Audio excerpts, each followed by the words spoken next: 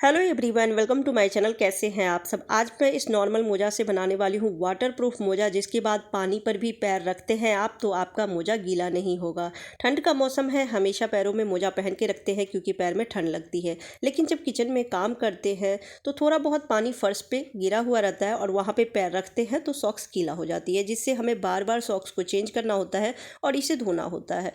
क्योंकि ठंड का मौसम है, थोड़ा सा भी अगर सॉक्स गीला हो गया तो हम उसे पहन के नहीं रख सकते हैं। तो आज के बाद आपकी ये जो समस्या है वो हमेशा के लिए ख़त्म हो जाएगी। हम बनाएंगे वाटरप्रूफ मोजा। बगैर सिलाई मशीन के 5 मिनट के अंदर में ये बन के तैयार हो जाती है। तो इसे बनाने के लिए सबसे पहले हमें चाहिए शोल। कोई भी पुरानी सूज का शोल आप ले लीजिए। तो आप देख सकते हैं ये फटा हुआ है शोल, तो मैं इसे पहले मजबूत बनाऊंगी। तो आपको ले लेना है फटा पुराना सॉक्स, जो कि बेकार है, आप पहन नहीं रहे हैं। आप देख सकते हैं ये भी फटा हुआ है, तो 1 या 2 सॉक्स आप ले सकते हैं। यानी कि 2 जोड़ी आपको सॉक्स लेना है और इसमें इस तरह से पहना देना है, जिससे कि जो इसका शोल है वो नई जैसी भी हो जाएगी और मजबूत भी हो जाएगी। तो इस तरह से हमें सॉक्स को पहना देना है और जो एक्स्ट्रा होगा उसे हम कट कर लेंगे। तो ये एक्स्ट्रा तो नहीं है, छोटी वाली सॉक्स है, पर जो रबड़ वाला भाग है इसे हम कट करके हटा देंगे और उसके बाद यहाँ पे सिलाई लगा दूंगी, जिससे कि ये इसमें फिक्स हो जाएगी। इसी तरीके से दूसरे जो सोल है उसमें भी मोजा पहना दी हूँ और रबड़ वाला हिस्सा कट करके हटा दी हूँ।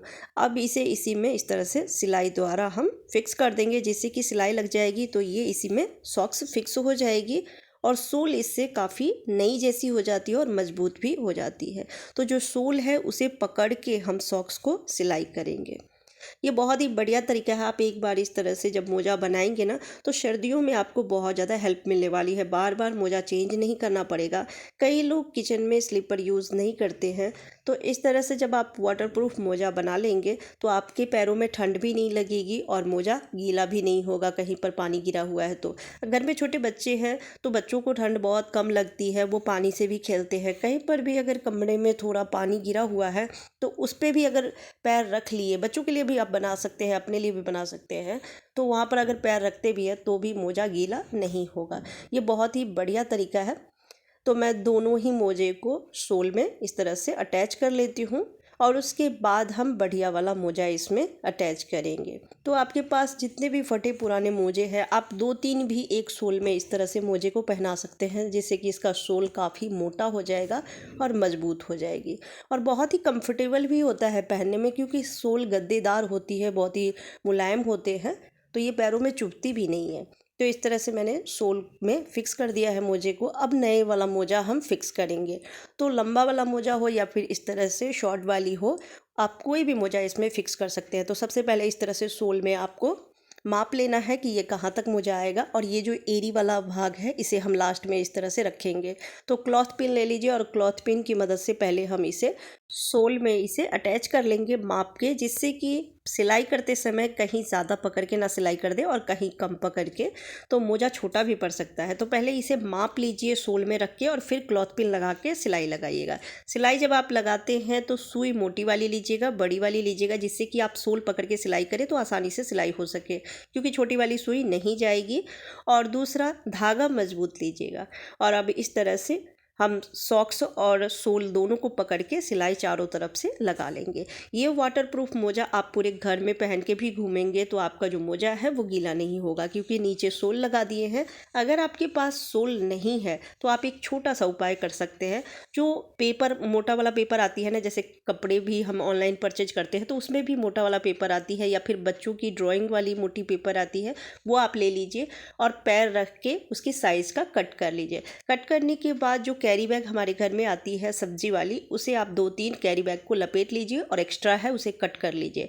कट करने के बाद इस तरह से पुराने मोजे को उसमें पहना के फिक्स कर दीजिए, तो एक बहुत ही बढ़िया सोल तैयार हो जाती है। और वाटरप्रूफ सोल तैयार होती है क्योंकि उसमें पन्नी लपेट दिए हैं, तो इसलिए उसका बेस तो मजबूत होता ही है, वाटरप्रूफ भी बन के तैयार होती है। उसके बाद उसे पहन के आप कहीं पर भी घूमेंगे, पानी बिल्कुल भी नहीं लगने वाली है सॉक्स में, जिससे कि गीला नहीं होगा सॉक्स और बार बार आपको सॉक्स उतारने का या फिर उसे वॉश करने का झंझट नहीं रहेगा।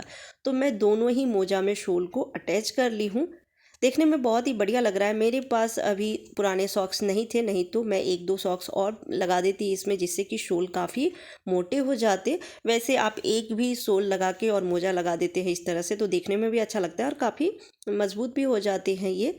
तो ये काफ़ी टाइम तक, खासकर जब किचन में आप काम कर रहे हैं ना, तो इस तरह से आप मोजे बना के रख लीजिए।